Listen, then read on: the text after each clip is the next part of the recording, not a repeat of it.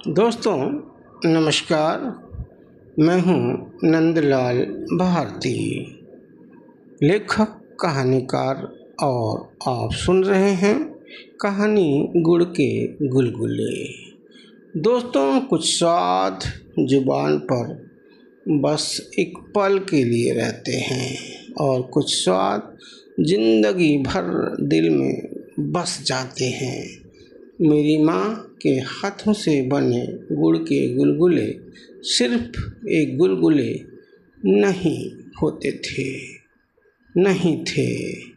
वे बचपन की खुशबू, ममता का स्वाद और अपनेपन की गर्माहट और बहुत कुछ। आज जब वही गुड़ के गुलगुले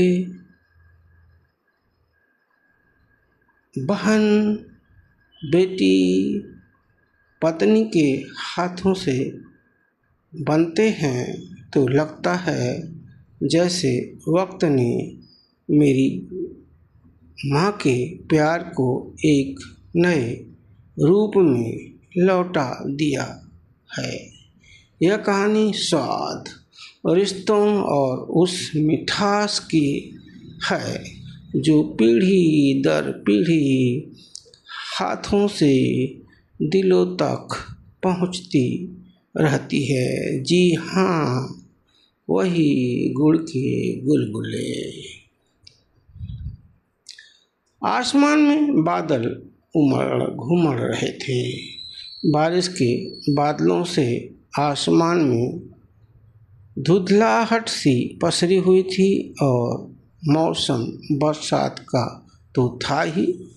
पेड़ पौधे कुछ ज़्यादा हरे लग रहे थे। जमीन पर बिछी हरियाली जैसे इतरा रही थी। बड़ा हसीन मौसम था।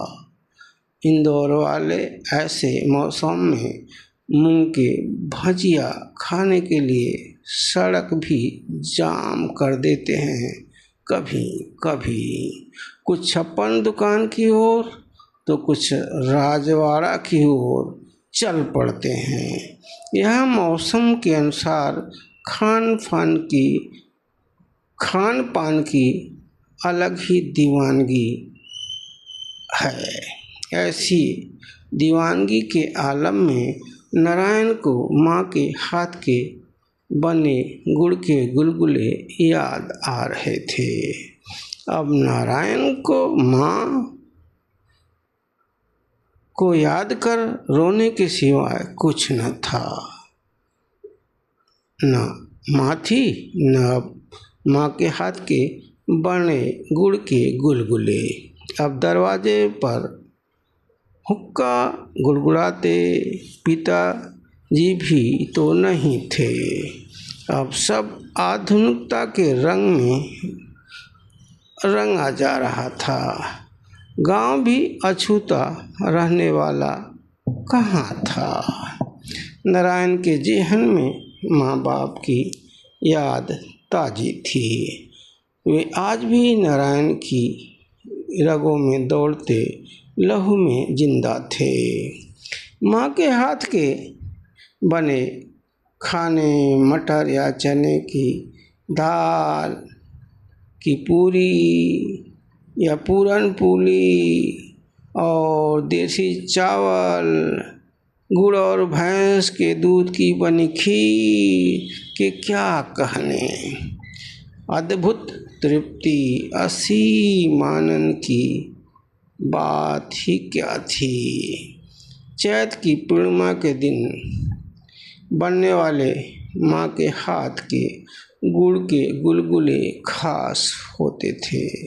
इस गुड़ के गुलगुले के आगे दुनिया की हर मिठाई रसहीन लगती थी और आज भी वैसी ही लगती है। खाना के आगे 56 भोग बेस्वाद सा लगता था। ऐसा था माँ के हाथों का जादू। चैत की पूर्णिमा के दिन पास के बाजार में बहुत बड़ा मेला लगता था। इस मेले की तैयारी महीनों से शुरू हो जाती थी। दूर दूर से व्यापारी आते थे। जीवन की हर चीज़ इस मेले में मिल जाती थी। खेती के औजार, हल, जुआड़, देसी खटिया, पलंग, सुई जैसी चीज़ से लेकर बड़ी बड़ी चीज़ें भी मिल जाती थीं जो आसपास के छोटे मोटे बाज़ारों में नहीं मिलती थीं। मनोरंजन के साधन, जादू के खेल, मदारी, बाइस्कोप, नाच तमाशा, तरह तरह के झूले, चरखी और सर्कस भी, क्या कुछ नहीं, सब कुछ होता था इस चैत के मेले में। नारायण के लिए माँ के हाथ के बने गुड़ के गुलगुले के आगे सब कुछ फीका लगता था। माँ के बने हाथ के गुलगुले खास होते थे। हाथ की चक्की से पिसा दानेदार आटा, देसी गन्ने का कुंडे से निकाली खाड़, तनिक कुएं के पानी में आटा और गुड़ मिलाकर से अच्छी तरह कुएं के पानी से आटा माँ गूंद लेती थी। चुटकी भर खाने वाला सोडा डालकर फिर गूंथती थी और 4-6 घंटे के लिए किसी साफ सूती कपड़े से ढककर रख देती थी। फिर बनता था गुलगुला। चैत का मेला तो गांव वालों के लिए बड़ा उत्सव होता था। गांव के बच्चे इस मेले के लिए अपना पिग्गी बैंक धागे से बनाते थे और अपना पिग्गी बैंक गर्दन में बांध कर रखते थे। घरों की साफ सफाई दिवाली की तरह होती थी। सच, उस जमाने में गांव में बड़ी रौनक होती थी मेले ठेले के दिन। बच्चों के लिए तो ये मेले ठेले उत्सव होते थे। मेला के दिन गांव में हर घर में 4-6 मेहमान तो आते ही थे। गांव के लोगों को उपयोगी सामान खरीदने के लिए मेले बड़े मौके होते थे। नारायण के घर कुछ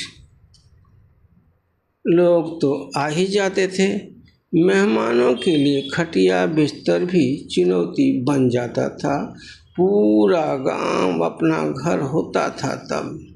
चैत पूर्णिमा के सप्ताह भर पहले से ही मेहमानों के लिए परमल के लड्डू, तिल के लड्डू, तीसी के लड्डू बनते। लड़ुआ चबैना तो बनता ही था। खाने के लिए तरह तरह के शुद्ध देसी पकवान। सबका राजा गुड़ का गुलगुला होता था। पूरा पकवान सरसों के तेल में बनता था। दाल चावल माटी के बर्तन में बनता था। मिट्टी के बर्तन में बने खाने का स्वाद भी अद्भुत होता था। स्वाद में मिट्टी के सोंधेपन का क्या कहना। खाना मिट्टी के चूल्हे पर लकड़ी और कंडे जलाकर बनता था। माँ बड़ी शिद्दत से 4 घंटे पहले गूँथकर गुलगुले के आटे में अंगुली धंसा कर देखती, फिर बारीक कटी गिरी कुछ किशमिश आटे में डालकर अच्छी तरह मिला लेती। फिर सरसों के तेल में छनता था। गुब्बारे की तरह फूले फूले गुलगुले जो हफ्ता 15 दिन तक खराब नहीं होते थे। पुरानी बातें याद कर नारायण की आंखों से कुछ मोटी मोटी बूंदें गिर पड़ी थीं किताब के पन्नों पर। गांव तो आज भी नक्शे में ही नहीं, हकीकत में भी वही था, पर वे सच्चे भोले भाले मन वाले गांव के लोग अब न थे। सब कुछ बदल रहा था तेजी से। रिश्ते भी, भाई भी बेगाना हो रहे थे। जिस भाई को ही नहीं, उसके परिवार को एक पिता के तरह से नारायण ने तरक्की की रेस में आगे बढ़ाया था, वह भाई भी अब मुंह फेर चुका था। तरक्की की रफ्तार में भाई और उसके परिवार को अब वही नारायण नहीं भा रहा था। नारायण जिस भाई के लिए भाई के रूप में देवता था, वही अब उसे शैतान लग रहा था। शायद वह भाई नहीं, उसका अहंकार था। शिद्दत से बनाए घर मकान, खेत खलिहान और तो और सगे रिश्ते बेगाना हो गए थे नारायण के लिए। अब न नारायण की माँ थी न बाप, सब भगवान की शरण में जा चुके थे। बस बची थी तो यादें। नारायण के लिए गांव में कुछ नहीं था, पर उसके दिल में आज भी गांव की माटी का सौंधापन पूरी तरह जिंदा था, बतौर गांव की अनमोल यादें। माँ बाप के फोटो फ्रेम में दीवार पर टंगे जीवित थे।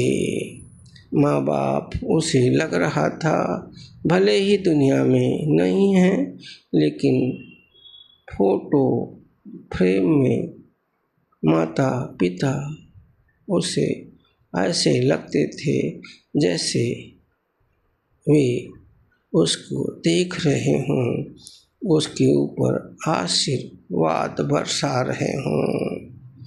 नारायण की आंखों में माँ के हाथों गुलगुले नारायण की आंखों में माँ के हाथों गुलगुले छानती धुंधली सी तस्वीर उभर रही थी। बारिश के मौसम में इतने में पत्नी सुहासिनी हल्की सी मुस्कान के साथ नारायण के सामने वैसे ही गुड़ के गुलगुले सजी प्लेट में रख दी थी जैसे माँ बनाती थी। दोस्तों, गुड़ के गुलगुले सिर्फ आटे और गुड़ से ही नहीं बनते, इसमें शामिल होते हैं अपनेपन का प्यार, स्नेह, देखभाल, अपनों की दुआएं और होता है पीढ़ियों की यादों का गुलदस्ता। माँ के हाथों का स्वाद जब बहन, पत्नी और बेटी के हाथ से होकर आता है तो अद्भुत सुख तो मिलता ही है, पीढ़ियों की पाक कला एवं बारीकियाँ यह भी सिखाती हैं कि असली विरासत जमीन जायदाद नहीं बल्कि प्यार और स्वस्थ परंपराओं में होती है, जो पीढ़ियों तक अमर बेल की तरह जीवित रहती हैं। जिंदगी में हम बहुत कुछ भूल जाते हैं, फिर भी अपने प्रिय जनों के हाथ का स्वाद नहीं भूलते, परंतु दिलों में मीठा मीठा एहसास घुला रहता है। हम अपने प्रिय जनों के हाथों का स्वाद तो कभी नहीं भूल पाते, परंतु दिलों और दिमागों में उनकी यादें उनकी होने का मीठा मीठा एहसास दिलों में घुला रहता है। यह एहसास अपनेपन को जोड़ता है, जीवन में सुख शांति और सुकून भी देता है। नौ पीढ़ियों में सदियों पुरानी स्वस्थ कला और परंपराओं का सृजन भी करता है। दोस्तों, यह कहानी बस यहीं तक। धन्यवाद।